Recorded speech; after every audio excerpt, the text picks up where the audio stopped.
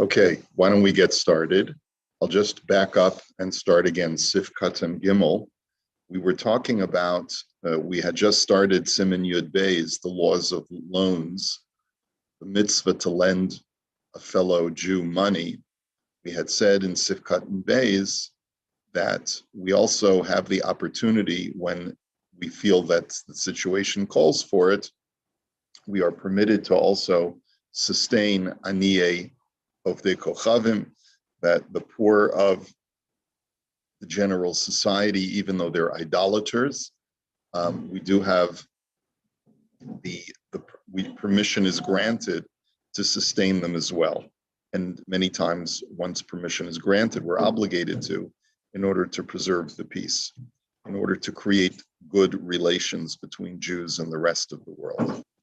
Im yado maseges, if you can afford it, if you can afford to lend someone money, you're obligated to.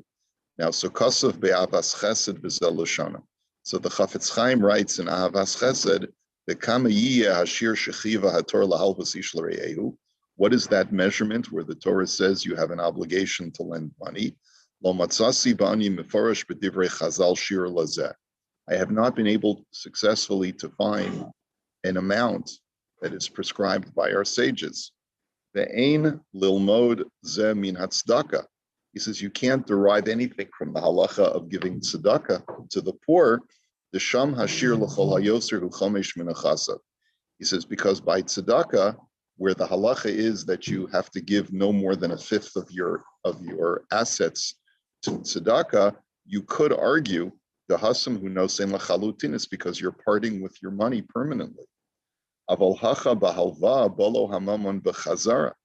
But when you give a loan to someone, you're getting the money back. So even though there's a cap that's placed on tzedakah to only give, up to a fifth, maybe that cap doesn't exist when it comes to lending money, since you'll get that money, you'll get that money back. Ulahefech gamkein ein svar lomar shekol mamono shehem la'es ata b'telos etzlo yichayv hator lechalek oso legemilos chasadim. But at the same time, you can't say in the other direction that any disposable income you have an obligation to give it out as money on loan. Then yizdamilo eze esekla rebech besa v'lo yiyalo mamono biyado, because you may want to hold on to whatever disposable income you have, because you may have an investment opportunity to take care of your own family. Okay, umistabra detoli hamitzvah l'chol echad kefi hasagas yada. So ultimately, the Chafetz Chaim really does not give us a fixed amount. He says it really depends upon your affordability, your means. Okay, v'chol asher bekocho lasos l'tovas chavero yasa ad kan l'shana. Whatever you can do to help your friend, the Torah gives you a mitzvah to do. Can I tell you that you have an obligation to give a certain amount? No, we can't tell you that, because a person could always make welcome back, guys, because a person could always say to himself, you know what, I need that money that I've made, even though, like, let's say at the end of the month, I may have a little bit extra money, and I have some money in the bank, but I don't feel comfortable giving my friend a loan to purchase a house or to buy a car, because I may need that money myself. But at the same time, there is a mitzvah to lend other people money. And so you have to use your own judgment as to when it's appropriate to part with your money to give it out as a loan and when it's not. Now, of course, we're talking about here where you take the proper precautions to ensure that your friend will pay you back. We're not talking about giving this away as tzedakah. We're talking about giving it as away as a loan. Od Kasav. He also further writes, the Chafetz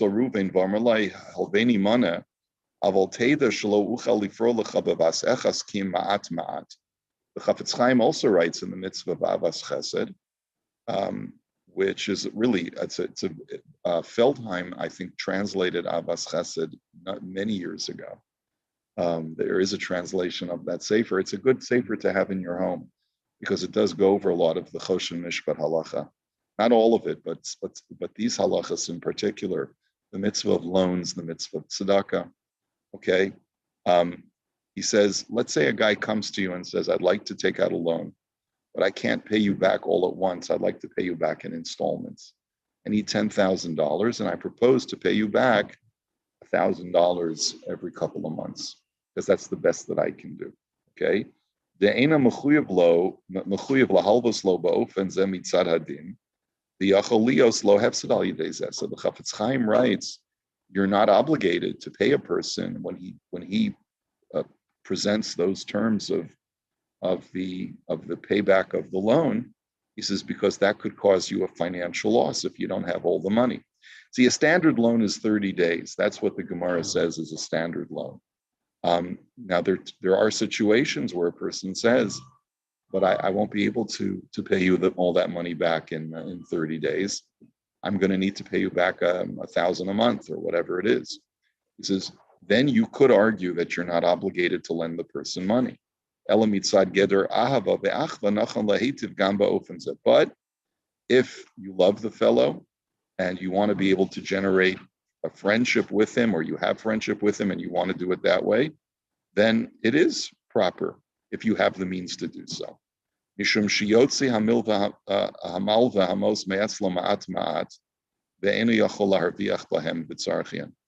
the reason why paying back a loan in installments is not something that's to the advantage of the lender is because obviously if you only get back the money in installments, you're not going to be able to use that money yourself for a major investment, right? So obviously it's an inconvenience.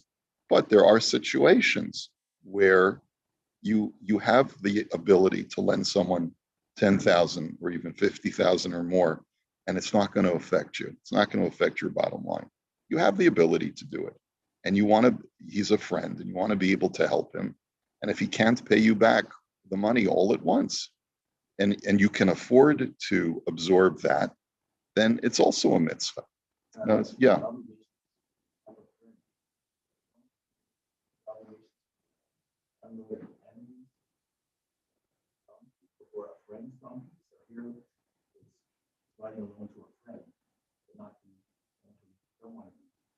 Oh, so friend is lav dafka. Here's the only time where the Chafetz Chaim specifically says a friend, because we're talking about doing a fellow a favor, which is non-standard in the laws of loans. He's saying he only wants to pay it back slowly and in installments. So he says if the guy is a friend and he says you're not obligated to lend him money if he can't pay you back all at once. But if he's a friend and you want to help him, then it's proper to do it that way also.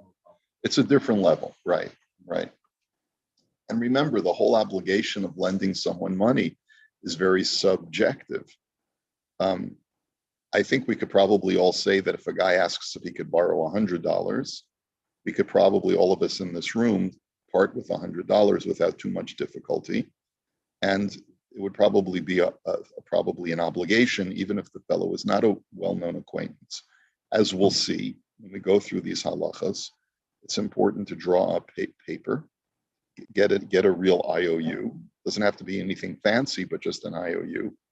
But you can afford it. So then the Torah would say, a guy approaches you for a loan of $100 or even a few $100s, you have a mitzvah to do it. It's a mitzvah for you to lend that person money.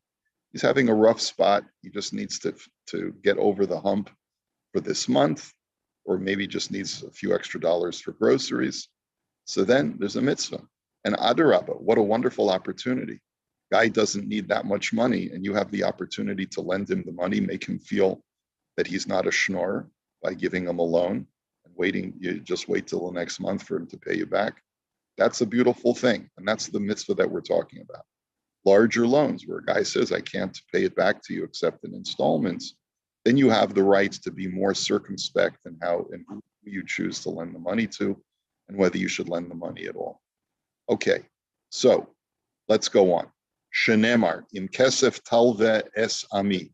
So where did we learn this? We learned that there's a pasuk in the Torah that says in Mishpatim, do you bar mitzvah portion?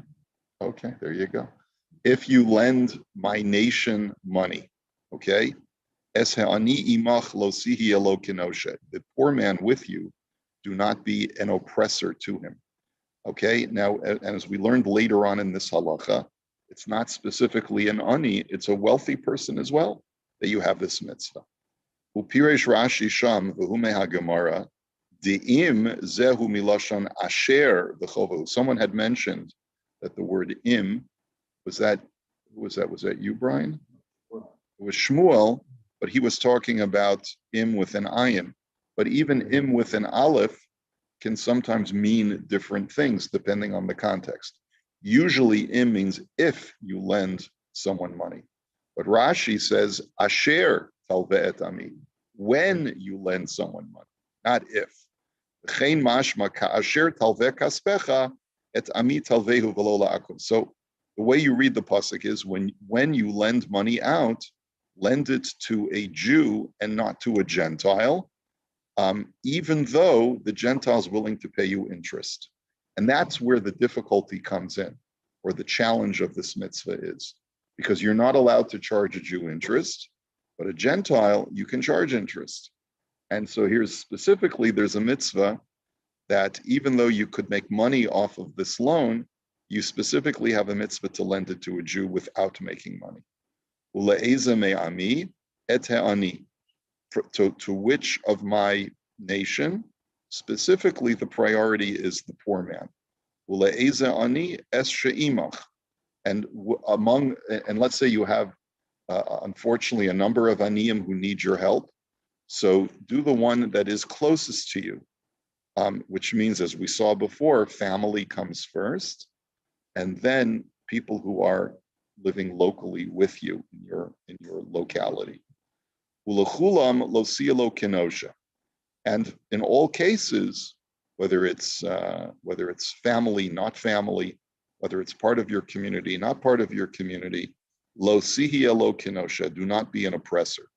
Shalachar shalavis leechad mehem lo titfa mimenu bechazaka imato yodeya she'en lo.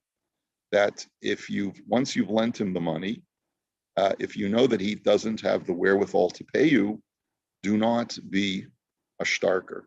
Do not lean on him. Do not just every time you see him say, "Hey, where's my money?" Okay. Uvedaz zekenim ibali atos v'sevi b'shem Rabbi Yehuda Chassid v'lakach nichtav b'lashon im. So the Das zekenim brings from Rabbi Yehuda HaChassid, who lives in the 12th century. He says the reason why it says if because sometimes it's not an obligation. Sometimes it's only that you have the option. Kagon im hilva haloivahu adam sheino neman shehu loiva ve'eno mishalim. So, for example, when could I exempt myself quite easily?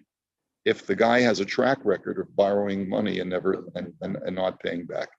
So if you know a guy who stiffs people on loans, you have absolutely no obligation to lend him money once he's established a pattern, right? Doesn't matter if he's a family member. A guy is known to stiff people, especially if he's a family member, because then it becomes, first of all, it's very difficult to collect loans from family members. And if you know the guy has already established a pattern, and there's so many people. I'm dealing with a situation now where there's a guy in the community hasn't given his wife a get, and he's just a smooth operator. You know those smooth operators where they're slick. Sade, right? No,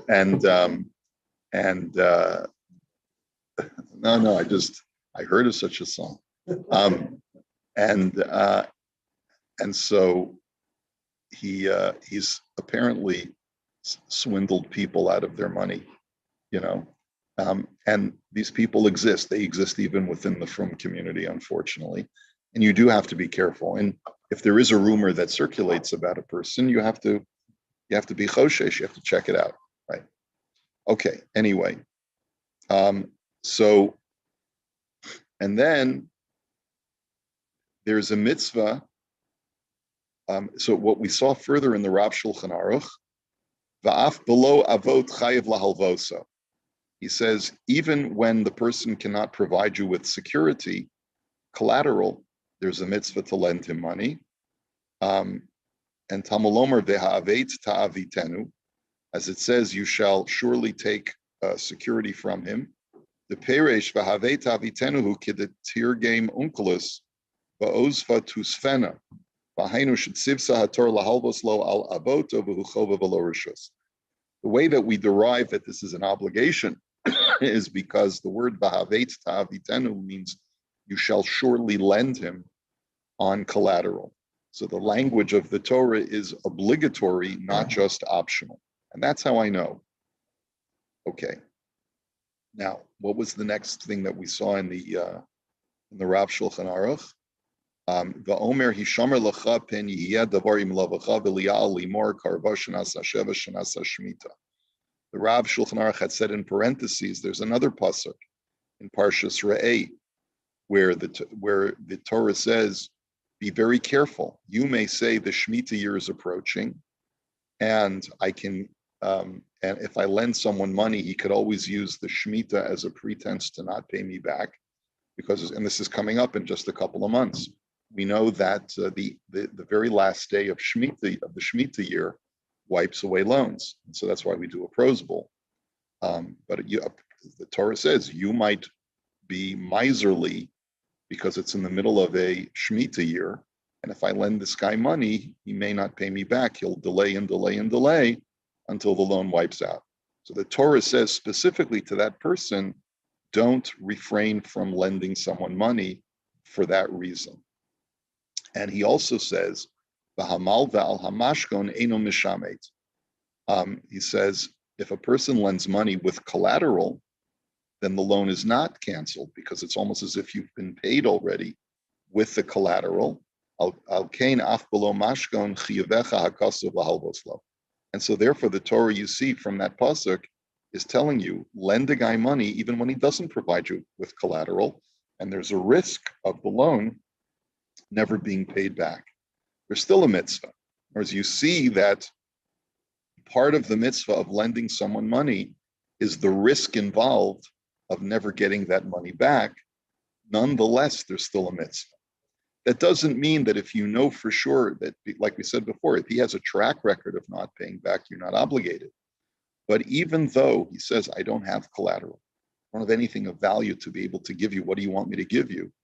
And you say, it's okay, right? I'm not going to take anything from you because you're doing a mitzvah. Now that doesn't mean that you should be derelict in drawing a paper. We're going to see later on. Drawing a paper is actually a chiyuv, is an obligation for the lender to do. It's not just for the benefit of the lender. It's actually for the benefit of the borrower as well. Okay, so we'll talk about that as we go along.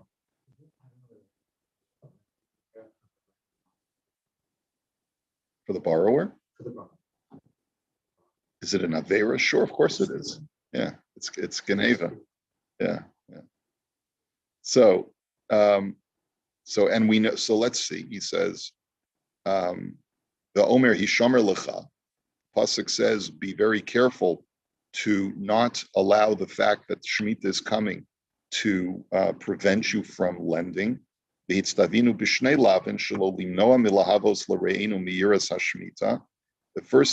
first commandment is, don't refrain from lending out of a fear that Shemitah will wipe away the loan. And furthermore, even if you refrain for reasons other than Shemitah, you're still in violation. So that's really what we're seeing in this pasuk. When you lend money with collateral, Shemitah does not cancel the loan. We'll see that as we go along. So you see from that pasuk that the Torah obligates you to lend money even without collateral. And like I spoke out before, he says this is only if the person is trustworthy. The person is trustworthy in your eyes that he will pay it back. Or if he only asks you for a small loan. If I ask you to borrow $100, you say to yourself, I don't know this fellow. And and he may or may not make good on the loan. He's a guy that I see at Kiddush every Shabbos. Got to be very careful, the guys that you see at Kiddush. Guy, right?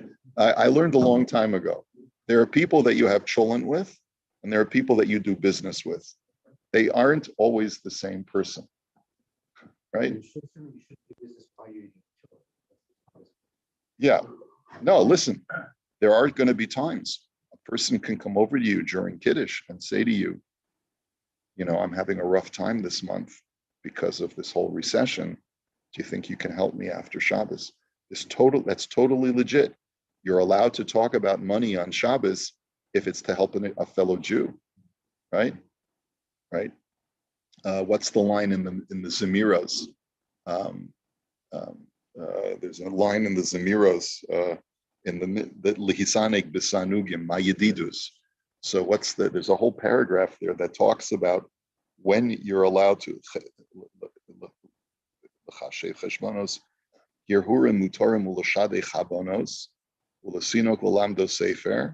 right? There are times when you're allowed to talk about money. You can talk about shiduchim. You can talk to someone and say, I have a shidduch for you, but it's going to cost you money, right? There are times for chinuch, you can negotiate prices for how much it's going to cost for a tutor, for your son. There are times when you're allowed to talk about money if it's litzarech mitzvah. So if a guy comes up to you at Kiddush and says, Nit Shabbos Garet, but so if he says, I have a deal for you, good investment opportunity, say, we'll talk after Shabbos. But if he says, I wonder if you can help me out, I'm having trouble, right? You may get some indigestion at that point from the cholent, but you're allowed to discuss it if you really want to help, if the guy's a friend of yours and you want to help him. Okay, so the alzeh vada yimtza mima legavot. He says, you'll certainly, in other words, if you draw a paper on a small loan, you can always you have recourse, and you can take him to base them. That's all. The worst that'll be is that it'll be an inconvenience. Avalsach meruba, but if you're dealing with a large amount of money, the Torah does not obligate you to lend someone a large sum of money without collateral if you don't have full confidence in the person to pay you back.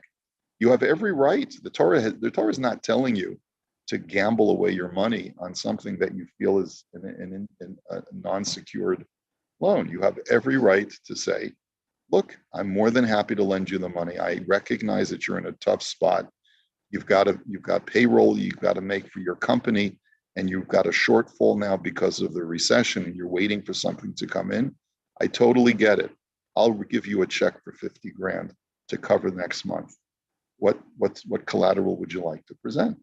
Just we'll put it on the paper. We'll say, one of your trucks will be the collateral for the loan. It's no problem. If the guy starts balking, so then you've got a problem, right? But and you don't be guilted into feeling that you're doing something wrong by taking collateral. The Torah wants, yeah, right, exactly. The Torah wants you to take collateral. The Torah wants the loan to be secure, right? It's to everyone's benefit, because a loan is a loan. It's not giving away. It's not tzedakah. We have to be very clear when we go through these halachas that there's a clear line of delineation between tzedakah and halva and loans. Loans is also a chesed that you're doing for a person, but it's a totally different form of chesed. Tzedakah is giving away the money to him as a gift. A halva, a loan, is helping him financially with the full expectation of him paying the money back to you, because we're talking about a large amount of money. Okay, he says, and even if the borrower is willing to give you an IOU, he says, you have every right to take collateral even when the guy is willing to give you an IOU, right? He says, well, I'm giving you an IOU. What more do you need? So he says, listen, there is the argument to be made that if the guy owns real estate and he's giving you an IOU, then you have an immediate lien on his real estate, right? Vizmanenu she'en lanu koach lachuf l'shalem al yedei beis din. But he says nowadays it's not as good, an IOU. Guy gives you an IOU and you don't have the ability to take him to beis din. I mean, you can take him to beis din, but what if the guy refuses to go to beis din? And then, and he's going to give you the runaround. Okay, he says, Hadavar Pasha Dein Mechuyav Lavoso B'li Mashka. Then even more the reason, because Batei Din today do not have the same power and efficacy as they did in the times of the Gemara. So you certainly have a right to take collateral, because collateral is for the purpose of, why should I have to go to the runaround? The Batei Din operate very slowly. And even when a guy says he's willing to go to beis din, he can play games for months. And you say to yourself, okay, why should I go through all of that hassle if I can just take collateral from you? You have every right to say that to the guy. I know you're going to pay me back. I trust you. And I know that you're willing to give me an IOU that says I have a lien on your property.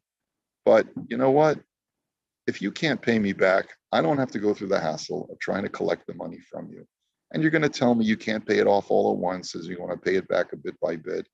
And all of these other excuses, which may be totally legitimate from your point of view, but I don't want to have to go through that hassle. So let's just be very clear. If I don't get the money back by such and such a date, your truck is mine, and I'm going to keep it in my garage until we know, right? There's nothing wrong with that. You're not being a cruel person. You're not being a bad guy. You're actually being a good guy. But isn't that also a slippery slope with the collateral? Because in the ancient days, when you took the pillow, you had to give it back at night. The same thing with the truck. If the guy needs a truck to make a living. Yeah, so we're not talking about he may have a fleet of trucks.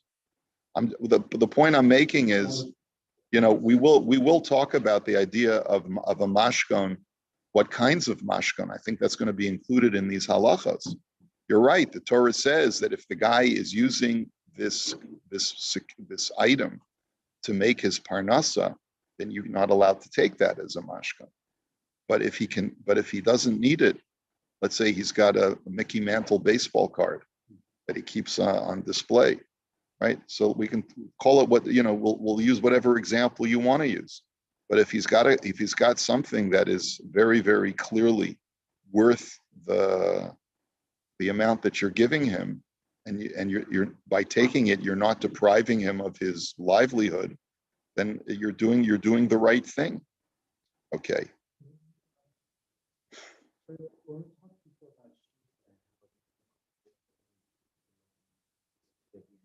Does it matter what the quantum of the collateral is? I think it's just an exponent.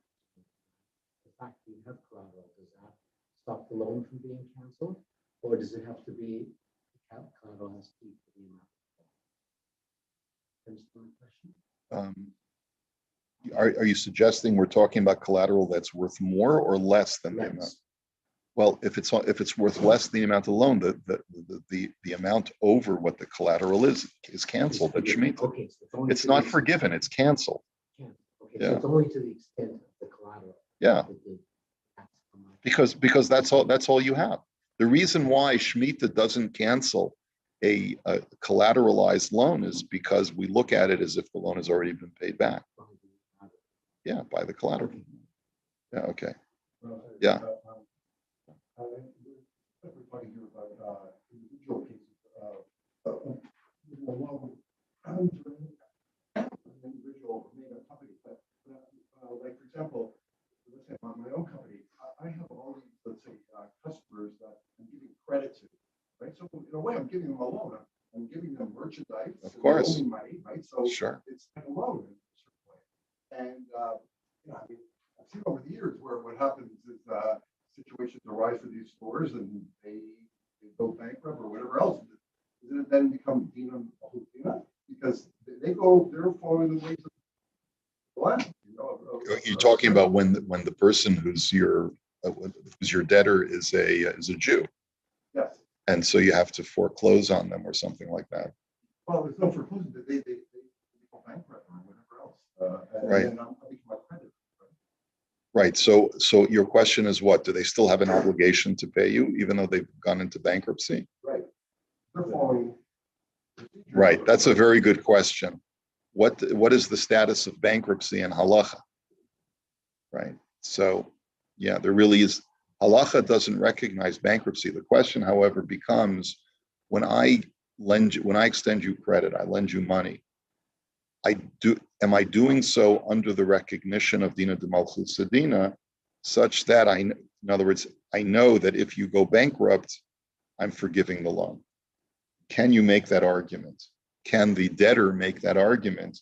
Well, you knew when you loaned me the money that I could go into bankruptcy protection and I wouldn't have to pay you back, right? Or do you argue that no, the Torah obligates you to pay me back, so you have to pay me back regardless of whether the Dina de Malchusa exempts you from paying? That's a very good question. It's a very, very valid question. And we haven't seen that discussion yet in halacha. I think that there are two sides to look at it. And I don't know how we paskin. I don't know. Okay. So you're allowed to pay back because then you're affecting the other creditors. But if you pay 100% back when you're in bankruptcy, and they have to allocate what you have to the remaining creditors. Well, if I'm a debtor, then and I choose to, the court exempts me from paying back beyond a certain percentage. And 10 years later, I choose to pay back my Jewish creditors out of my sense of guilt to them. I'm not doing anything wrong. I'm not violating the law. You can call it a gift, call it whatever you want in the eyes of the state, but I may feel a moral obligation based on halacha that I should pay back whatever I borrowed. Okay. Oh, I'm sorry, it's very late. Sorry, we lost track of time.